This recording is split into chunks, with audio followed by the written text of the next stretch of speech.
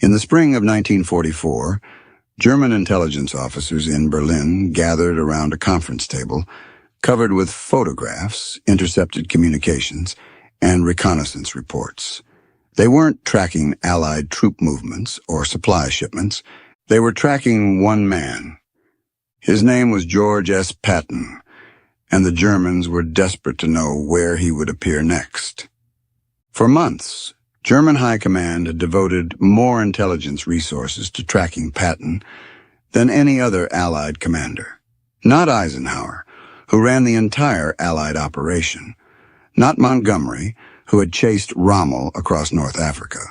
One American general consumed German intelligence like no other. Field Marshal Gerd von Rundstedt, the senior German commander in Western Europe, monitored Patton's movements closely. Any information about his location was considered high-priority intelligence. Rundstedt had fought the best generals the Allies had to offer, but Patton was different. Patton terrified him. The Germans first encountered Patton in November 1942 during Operation Torch, the Allied invasion of North Africa. Patton commanded the Western Task Force, landing 35,000 American troops on the coast of Morocco. It was America's first major ground operation against Axis forces in the war. German commanders paid close attention. They always studied enemy generals, looking for patterns, weaknesses, tendencies they could exploit. What they saw in Patton troubled them immediately. He moved fast, faster than American commanders were supposed to move. The U.S. Army was known for methodical, careful advances with overwhelming firepower. Patton didn't fight like that. Within 3 days, he had secured Casablanca and accepted the French surrender. His troops covered ground at a pace that caught German observers completely off guard. Field Marshal Albert Kesselring, commanding German forces in the Mediterranean, requested detailed intelligence on this American general. Who was he? What was his background? How did he think? The reports came back with information that made German commanders deeply uncomfortable. Patton had spent his entire career studying German military tactics. He read German military theory in the original language. He had visited French battlefields from World War I and walked the ground where German armies had nearly broken through. He understood German operational thinking better than most German officers. In February 1943, German forces under Rommel launched an offensive at Kasserine Pass in Tunisia. The attack smashed through American lines and sent inexperienced U.S. troops fleeing in panic.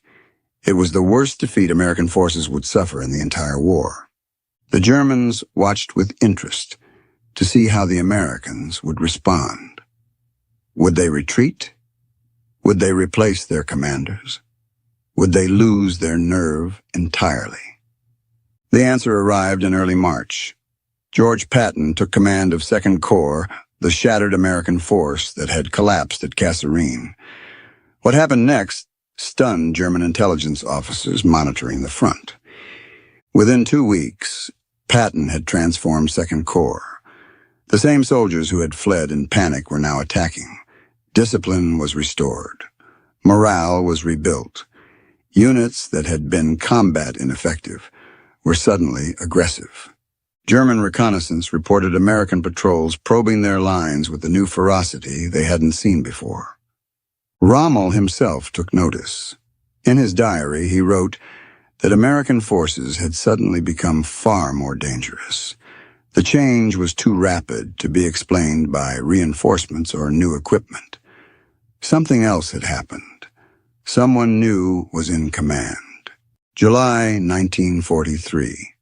The Allies invaded Sicily, the stepping stone to mainland Italy. The plan called for Montgomery's British 8th Army to take the lead, driving up the eastern coast toward Messina, while Patton's 7th Army protected his flank. Patton had other ideas. He drove his forces across the western half of Sicily at a pace that astonished everyone, including his own commanders. His troops covered more ground in less time than any Allied force had managed in the entire war. German forces, trying to evacuate across the Strait of Messina, found themselves in a race they hadn't anticipated. Patton was pushing so hard that their escape route was threatened. Units that expected days to withdraw found themselves with hours. The evacuation became chaotic, with German commanders desperately trying to get their men out before Patton cut them off. When Patton reached Messina, he arrived before Montgomery despite starting further away. He had covered 200 miles in 39 days, fighting all the way. German after-action reports described the campaign with a mixture of professional admiration and genuine alarm. One German officer wrote that Patton fought like a panzer commander, not an American infantry general. He took risks that American doctrine didn't allow. He exploited weaknesses before defenders could react. He thought like a German. That was exactly what scared them. August 1943. At the height of his success, Patton visited 2 evacuation hospitals in Sicily. What happened there nearly destroyed his career and handed the Germans an unexpected gift. Patton encountered soldiers suffering from combat fatigue. In his view, they were cowards who had abandoned their comrades. He slapped one soldier across the face. A week later, he slapped another, this time pulling his pistol and threatening to shoot the man. Word of the incidents reached Eisenhower, who was furious. The story leaked to the press. Suddenly, the general, who had just won a brilliant campaign, was facing calls for his removal.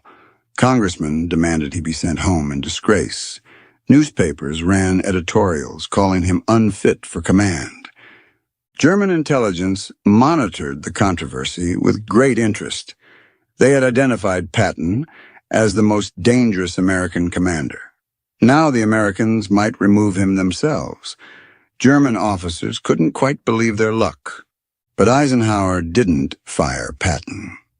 He reprimanded him severely and kept him in place. The Germans noted this decision with concern. The Americans clearly valued Patton despite the scandal.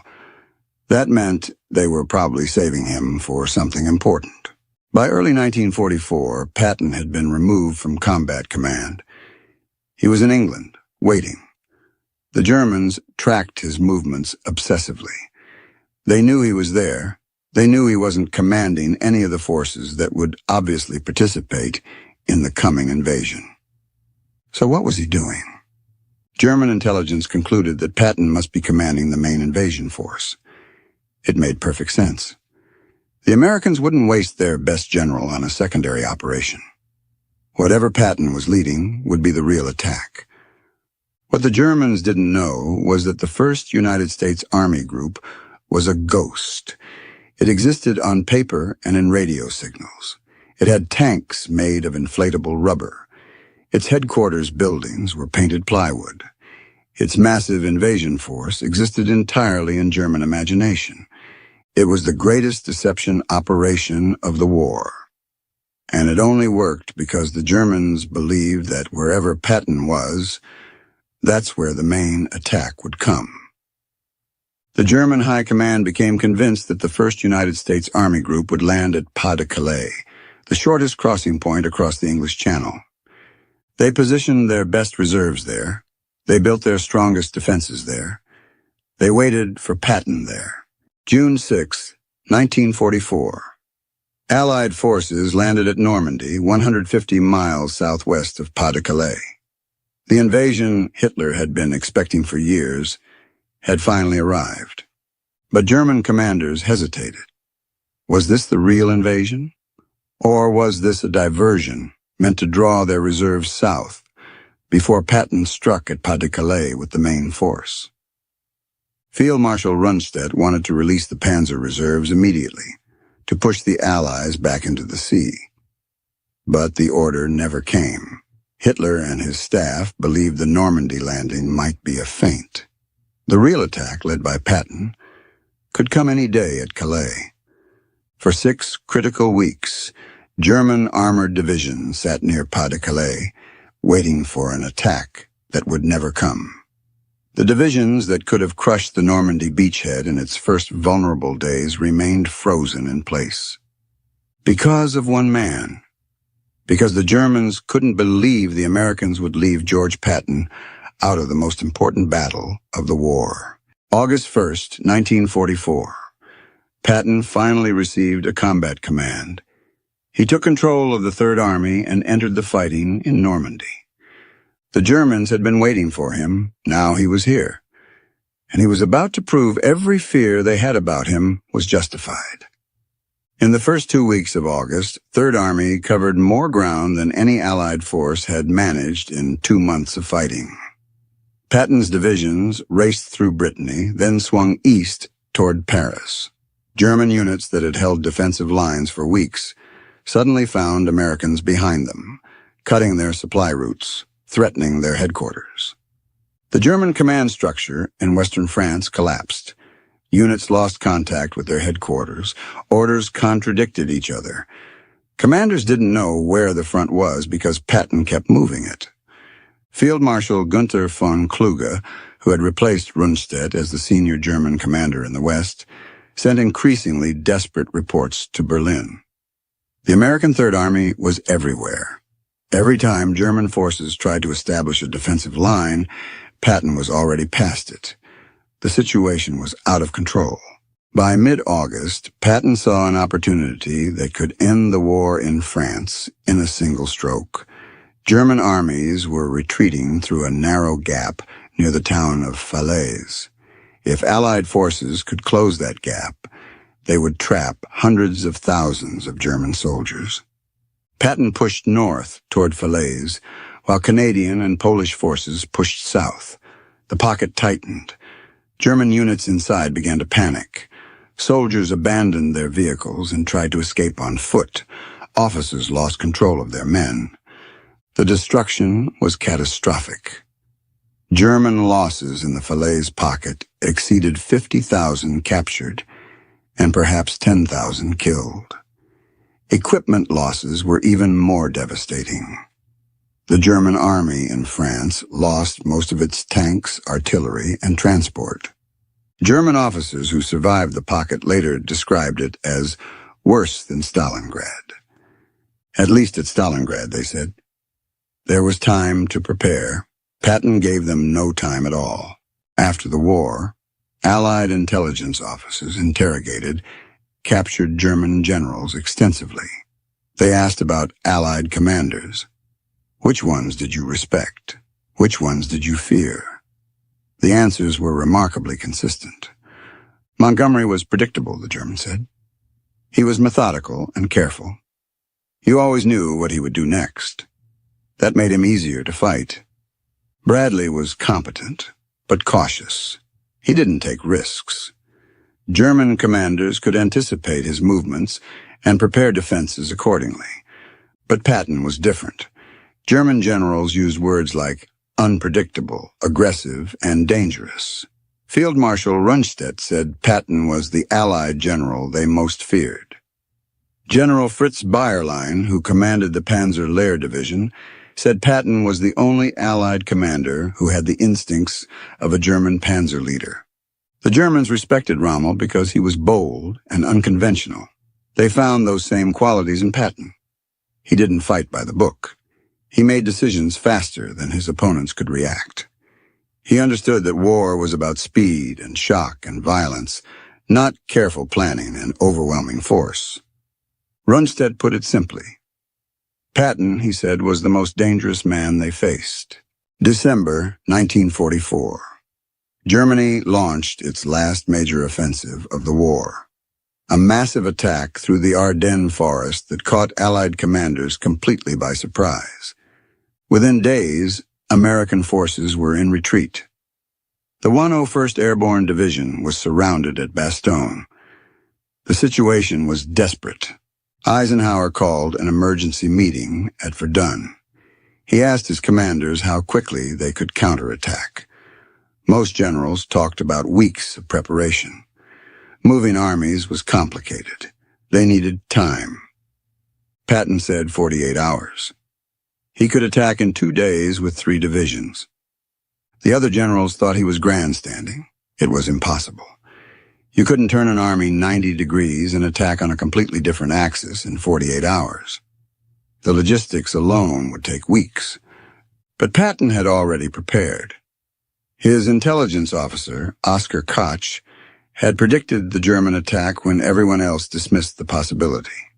Patton had quietly developed contingency plans. When the attack came, he was ready. Patton made one phone call. Within hours, Third Army began its pivot north. More than 250,000 men, tens of thousands of vehicles, in winter conditions, across icy roads, in 48 hours. The Germans couldn't believe it. They had expected weeks before any serious counterattack. Instead, Patton was already hitting their southern flank. The relief of Bastogne came on December 26th. The offensive, that was supposed to split the Allied armies, was stopped. After the war, German generals were asked about the Battle of the Bulge. What went wrong? Many of them gave the same answer. They hadn't expected Patton to respond so fast. They thought they had more time. They never learned. From the first day they encountered him in North Africa to the last day of the war, the Germans underestimated how fast Patton could move. And every time, they paid for it.